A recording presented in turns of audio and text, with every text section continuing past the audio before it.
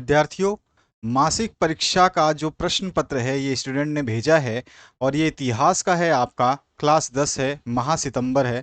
और आज का एक विचार भी है, यदि आप वो करते हैं जो आप हमेशा से करते आए हैं तो आपको वही मिलेगा जो हमेशा से मिलता आया है। बहुत इंपॉर्टेंट लाइन है। हमेशा मैं आपको एक विचार देता रहूँगा ताकि आप लोग थोड़ा सा जागरूक हो पाएँ और अपने पढ़ाई को बढ़िया तरीके से अंजाम दे पाए। तो चलिए स्टार्ट करते हैं और इस श्लोक को या फिर इस कोट को या फिर इस उदाहरण को बहुत ध्यान से समझ लेना।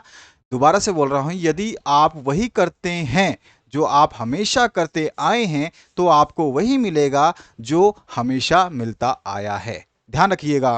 तो आपको अपनी चीजें को या अपने आदतों को, अपने आप को थोड़ा सा इंप्रूव करना होगा ताकि आपको कुछ हमेशा की तरह ना मिल करके कुछ अच्छा मिले। चलिए स्टार्ट करते हैं। पहला जो क्वेश्चन है उसकी बात करते हैं। पहला जो क्वेश्चन है, ऐसा व्यक्ति जो चुन्नटों के सहारे कपड़े को समेटता था उसे क्या कहते थे? तो आंसर हो जाएगा इसका, उसको हम पुलर बोलते थे। क्या बोलते थे? हम उसको पुलर बोलते थे। उसके बाद जो नेक्स्ट क्वेश्चन है, इसमें पूछा आर्थिक महामंदी की शुरुआत कब हुई थी? तो आर्थिक महामंदी की शुरुआत जो है 1929 से आरंभ हुई थी। उसके बाद जो नेक्स्ट क्वेश्चन है, जेम्स वाट ने किसके द्वारा बनाए गए भाप के इंजन में सुधार किए थे? तो याद रखना कि जेम्स वाट जो है इन्वेंटर नहीं थे भाप इंजन के। उन्होंने किसी के द्वारा जो भाप इंजन बनाया गया था उसमें उन्होंने सुधार किया था, उसके बाद जेम्स वाट को जाना गया।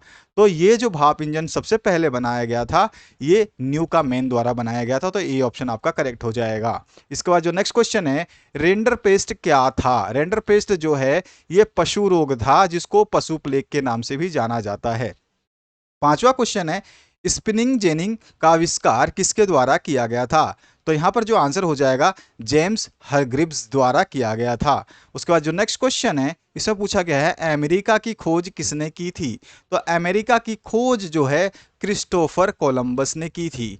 उसके बाद जो नेक्स्ट है, कॉर्न लॉ के द्वारा सरकार ने किस कृषि उत्पाद के आयात पर पाबंदी लगा दी थी? तो यहाँ पे कॉर्न आप समझते हैं, कॉर्न का मतलब क्या होता है?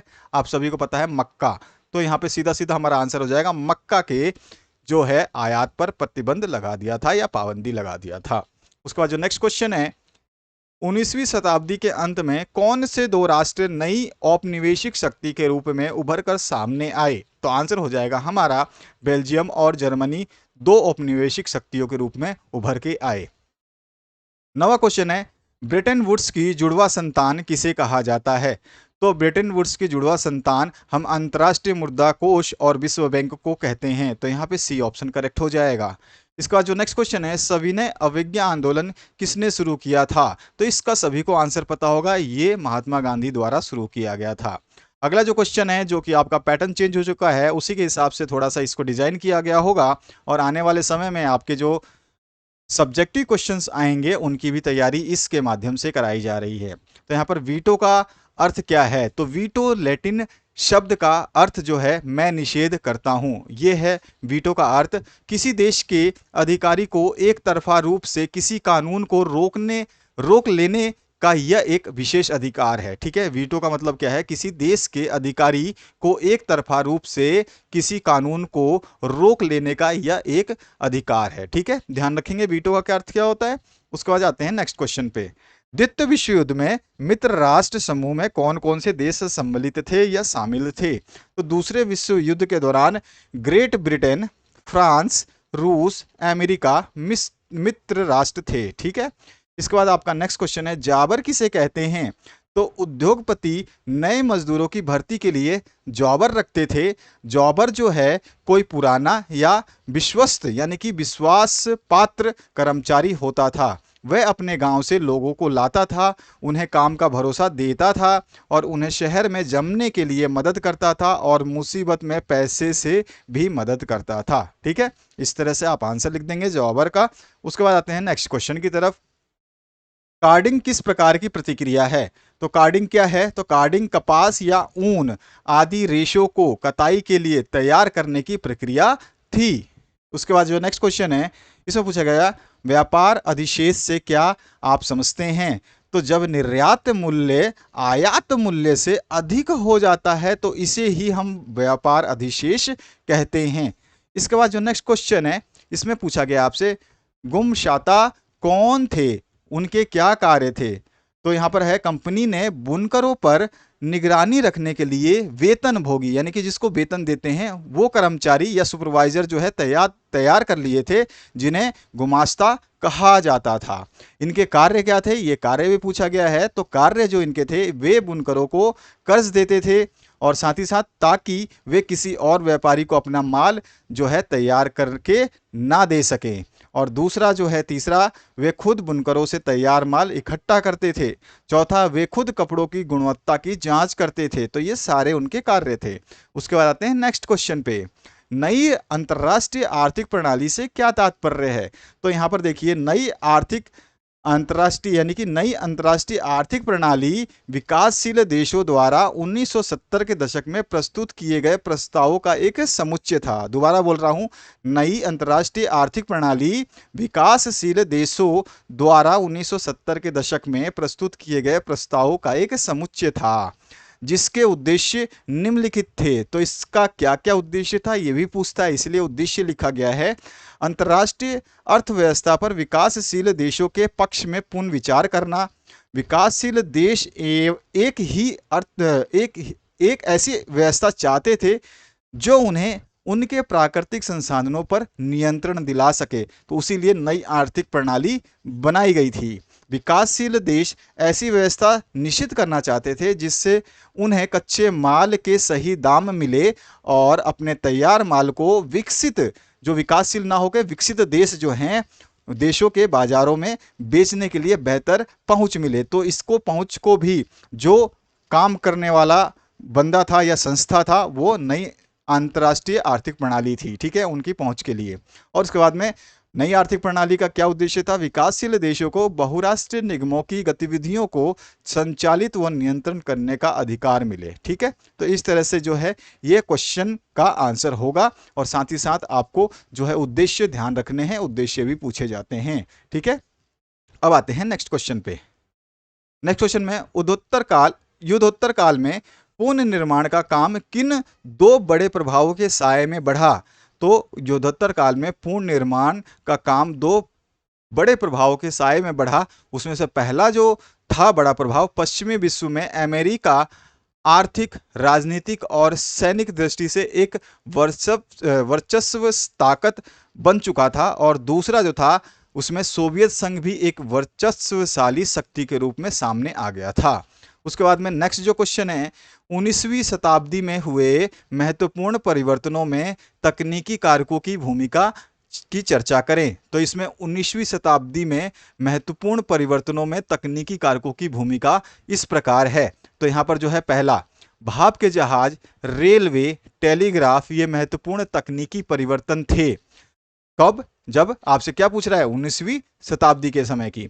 ठीक है, तकनीकी प्रगति सामाजिक, राजनीतिक और आर्थिक कारकों का परिणाम होती है, जैसे औपनिवेशीकरण के फलस्वरूप यातायात तथा परिवहन के साधनों में सुधार किए गए, तेज चलने वाली रेलगाड़ियों का निर्माण किया गया, जलपोतों का आकार जो है वो बढ़ा दिया गया, जिससे किसी भी उत्पाद को दूर के बाजार में कम लागत पर और अधिक आसानी से पहुंचाया जा सके। रेफ्रिजरेशन की तकनीक पानी के जहाज़ों में स्थापित कर दी गई, जिससे जल्दी खराब होने वाली चीज़ों को लंबी यात्राओं पर ले जाया जा सकता था। तो ये सारे तकनीकी जो है, ये चीज़ें जो है 19वीं शताब्दी में महत्वपूर्ण परिवर्तन देखने को मिले। इसके बाद आपका नेक्स्ट जो क्वेश्चन है, विज्ञापन नए उपभोक्ता पैदा करने का एक सशक्त माध्यम है। इस कथन की व्याख्या आपको अपने शब्दों में करनी है। तो विज्ञापन एक सशक्त विज्ञापन का आशय संभावित उपभोक्ताओं को अपने उत्पाद या सेवा की ओर आकर्षित करने के उद्देश्य से उसकी पर्याप्त जानकारी प्रदान करने से है। तो दोबारा बोल रहा हूँ, विज्ञापन का आशय संभावित उपभोक्ताओं, जो भी उपभोक्ता आएंगे या बनाएंगे, उनको अपने उत्पाद या सेवा की ओर आकर्षित करना ही विज्ञापन का मेन उद्देश्य होता है। आप भी विज्ञापन देख के उसकी तरफ आकर्षित हो जाते हैं। विज्ञापन नए उपभोक्ता पैदा करने का एक सशक्त माध्यम है, क्योंकि विज्ञापन द्वारा निम्न प्रयास किए जाते हैं। इसमें से पहले प्रयास की बात करें तो पहला प्रयास जो है, नए ग्राहकों की तलाश। तो विज्ञापन क्या करता है, जो ग्राहक पहले से जो चीजें ले रहे थे वो तो ठीक ही है, लेकिन नए ग्राहकों की तलाश करता है, जैसे आप और हम। विज्ञापन का कार्य वस्तु के बाजार में आने से पहले ही उसकी बिक्री के लिए माहौल तैयार करना तथा बाजार में उसके संभावित ग्राहक को खोज कर उन्हें वस्तु खरीदने के लिए प्रेरित करना होता है। ध्यान रखिए, क्या है, विज्ञापन का कार्य वस्तु के बाजार में आने से पहले ही उसकी बिक्री का माहौल तैयार करना तथा बाजार में उसके संभावित ग्राहकों को खोजकर उन्हें वस्तु खरीदने के लिए प्रेरित करना होता है। प्रतिस्पर्धात्मक उत्पादन उत्पादन के इस दौर में जो भी अभी प्रतिस्पर्धा चल रही है, जो कंपटीशन चल रहा है, तो इस कंपटीशन के दौर में विज्ञापन नए ग्राहकों को अनेक उत्पादों में से किसी एक उत्पाद को खरीदने के लिए प्रेरित करके वस्तु की बिक्री को बढ़ाता है। इसके बाद दूसरा जो है, क्या प्रयास करता है विज्ञापन, तो यहां पर देखिए, नए उत्पाद की जानकारी देता है विज्ञापन। तो निर्माताओं द्वारा अपने नवीन उत्पाद की जानकारी उपभोक्ताओं यानी कि आपको और हमको देने के लिए विज्ञापन की ही आवश्यकता होती है। विज्ञापन द्वारा ही उपभोक्ता वस्तु की उपयोगिता एवं प्रयोग विधि को जान पाते हैं कि एक्चुअली ये विज्ञापन है किस चीज का, ये क्या काम करता है। उसके बाद और विज्ञापन कैसे करेगा काम, उपभोक्ता को उत्पादों का सही ज्ञान, जो भी उत्पाद के सही ज्ञान है उसको देता है। तो बाजार में विभिन्न कंपनियों के एक ऐसे उत्पाद मौजूद होते हैं जिनको देखकर उपभोक्ता भ्रमित हो जाता है, यानी कि भाई विभिन्न कंपनियों के उत्पाद होते हैं और जिसको देख करके इसमें से कौन सा लूं नहीं लूं, इसके लिए वो भ्रमित हो जाता है कि मैं इनमें से कौन सी वस्तु उसके वास्तविक प्रयोग के लिए है, कि उन सभी में से कौन सा वस्तु जो है उसके सही प्रयोग के लिए है तथा वह वस्तु उसके लिए कितनी उपयोगी रहेगी, निर्माताओं द्वारा वस्तु पर कितनी छूट दी जा रही है या कोई विशेष उपहार या ऑफर दिया जा रहा है आदि की जानकारी विज्ञापन द्वारा ही दी जाती है।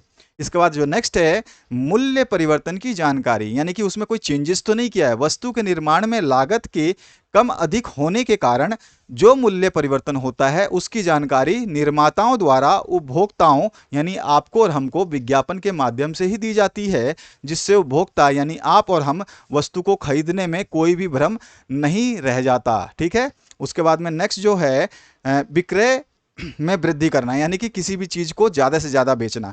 विज्ञापन का मुख्य उद्देश्य बिक्री में वृद्धि करना। निर्माता विज्ञापन द्वारा अपनी उत्पादित वस्तु का परिचय जन जन को कराता है, जिससे उपभोक्ताओं की वस्तु के प्रति इच्छा जागृत होती है और विक्रय में जो है वृद्धि हो जाती है। तो ये सारे के सारे विज्ञापन के जो है मेन काम हैं। ठीक है। और एक महत्वपूर्ण सूचना जो यहां पर आपको देखने को मिलेगी वो क्या है, हिंदी और अंग्रेजी माध्यम के लिए साइंस यानी विज्ञान सब्जेक्ट जो है आपका, इसके पीडीएफ नोट्स, वीडियो नहीं, पीडीएफ नोट्स जो है डाउनलोड करने के लिए इसी वीडियो के डिस्क्रिप्शन बॉक्स में जो है हमने लिंक दे रखी है। ठीक है। उस लिंक को आप देखेंगे तो आपको जो है मिल जाएगा सारे नोट्स चैप्टर वाइज। अभी तक हमने केवल पीछे से 16 चैप्टर से लेकर 7वें चैप्टर तक हमने सारे कंप्लीट करा दिए हैं। अभी 6, 5, 4, 3 और 2 और 1 चैप्टर जो है ये आज कल में 2-3 दिनों में कंप्लीट करा दिए जाएंगे। तो इन सभी पीडीएफ नोट्स को आप डाउनलोड कर लेना। इसके बाद में जैसे ही आपका साइंस का कंप्लीट होता है पूरा पीडीएफ,